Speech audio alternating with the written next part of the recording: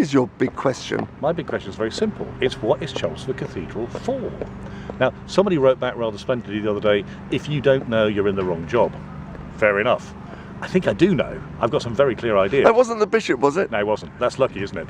But for me, if I ask people what Chelmsford Cathedral is, they'll talk about a big building at the head of the high street or the church they go to when they're at school. If I ask people what it does, then people talk about activities. No, that's fine. But the really interesting question for me about any organisation or even a city is what's it for? What's our common life about? So asking this question is trying to get people thinking about our bigger purposes. And of course we're a Christian community, so it's something to do with the Christian gospel, how we worship, how we serve the poor, how we inhabit the public square with a message of good news. But what's been fascinating over the last few weeks is people beginning to respond. Have you found there's something that isn't in there? I'm very clear that one of the great features of this place is its thriving life, but I don't think we tell people about that enough. So what's missing here is a vision for how we communicate what we are and how we get people involved in it. And I think that's a really important bit of just taking our message out there. I don't just mean the Christian message, but that's the heart of it, but a message of hospitality and hope for Chelmsford, Essex and East London. I remember when Chelmsford Cathedral had pews, and there was a tremendous kerfuffle when the pews going to be ripped out. Would you have ripped out the pews if you'd have come here and found them? One of my policies in almost every church I've run is removing the seating's been a big priority. A big priority. In fact, we're even going to change the seating we've got in Chelmsford Cathedral because it's 30 years old, it's beginning to show its wear, and we need something slightly more flexible even than what we've got. Remember, in the Middle Ages, churches didn't have pews. They were completely open spaces. They just had one seat round the wall for those who couldn't stand. And the nave of the church, the main bit of the church, was where you had the parties and the social events and markets. For some reason, we lost that tradition. And so the fact that churches, cathedrals above all, can be used in a variety of ways actually restores them to what this church once was. In the 14th century, that would be your marketplace. That was where you had your wedding anniversary party, not just the service. And so to have a sense that this is a sacred space, but can be used for all sorts of purposes, is fundamental to what a church is. Pews began to be put in the 16th and 17th century simply because people were pew fodder for preachers. That's not where we are today in our culture. So, what has been the response from people? No, has anybody bothered to reply to your postcards? Yeah, I had hundreds back, and through the website and a few tweets. What's been brilliant is 50% of them are from people who are part of the cathedral community in one way or another, but nearly 50% are also from outsiders, people who feel some relationship with the cathedral but actually aren't regular members of our congregation, and those have been really helpful, full of insight about our possibilities. And I think what I'm loving is as we collate those responses, they're giving us a map of the future. If this really is what our purpose is. Now there are some things, of course, I'm going to say, well, we don't do that, we won't do that. But most of the things that are coming back have a real visionary aspect to them, really encouraging us to think about accessible worship and using the whole church in a different way. The most interesting thing that's common to the vast majority is they go on and on about the importance of the cathedral being an inclusive space.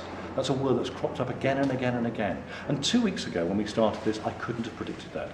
The importance of the cathedral community as an inclusive space and an inclusive community. So you cast your postcards on the water and some have returned.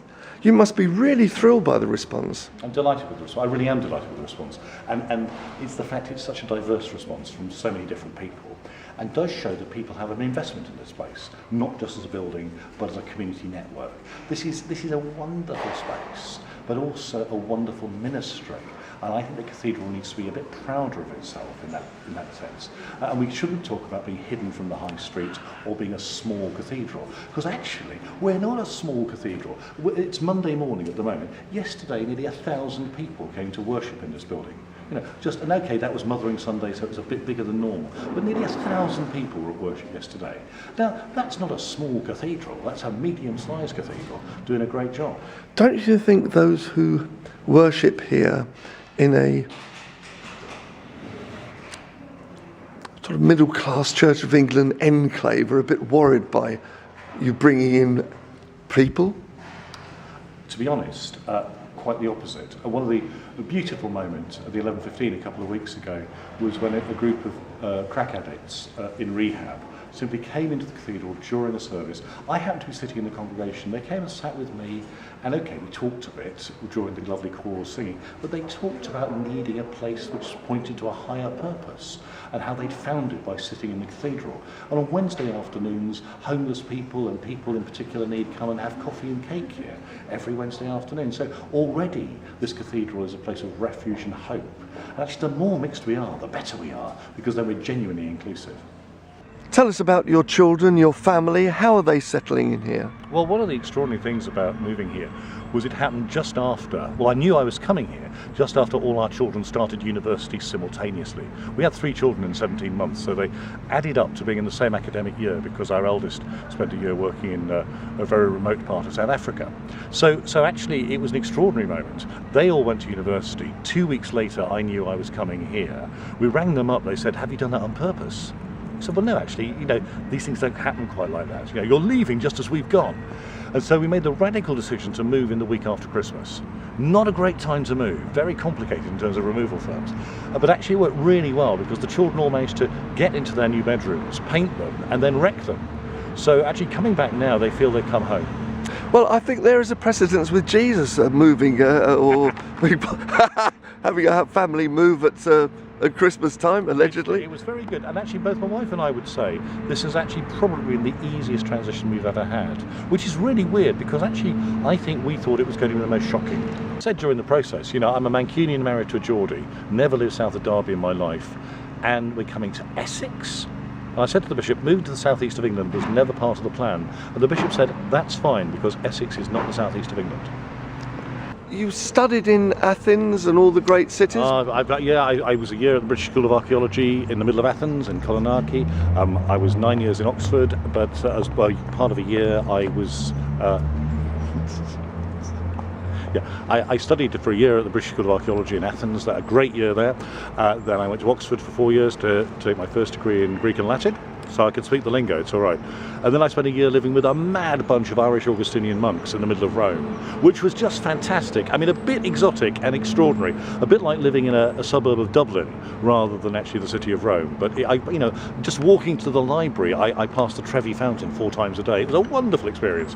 And then I came back to Oxford to do my theology degree and train for the priesthood. And after 9 years of that, nearly a whole decade, actually getting ordained and going to live at that point in a northeast mining town was just a great moment of refreshment.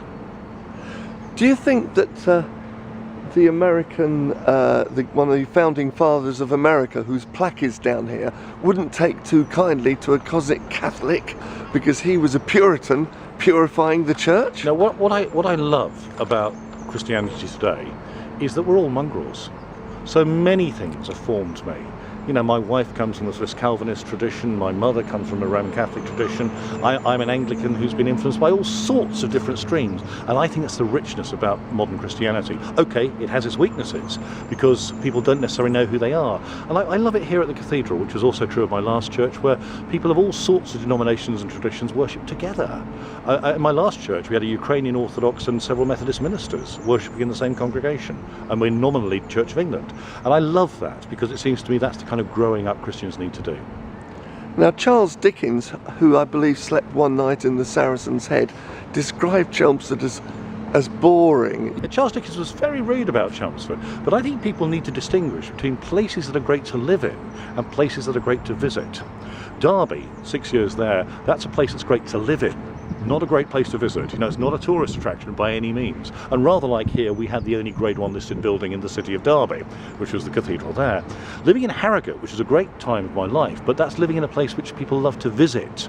That's really different. You can't afford to shop. You can't go out to have a meal in a restaurant without paying 3 times the price of anywhere else. And what I love about Chelmsford, and my wife would say the same, is it's a great place to live. People really enjoy being here. Yes, of course, it's never going to be tourist-led, but that's okay, because it belongs to the people who live here, and I think we should be prouder of that. See, what would you like to say to the people of Chelmsford directly? I would say, be proud of this wonderful place in which we live. It's a place of real opportunity, but also let's do this in a way that really values what we could become, and see the cathedral as a space which belongs to everybody. I loved it in Derby, where I was on the cathedral staff, when the president of the Hindu temple said to me one day, "Remember, this is my cathedral too." And he didn't mean that we were doing weird kinds of worship. What he meant was that he felt included as a member of a bigger community. That's my aspiration for this place. It could be the holder of many networks, and the city of Chelmsford could see this place where everybody could be at home. And my big question to the people of Chelmsford, in fact to the people of the region, is what is that for? What's it actually for?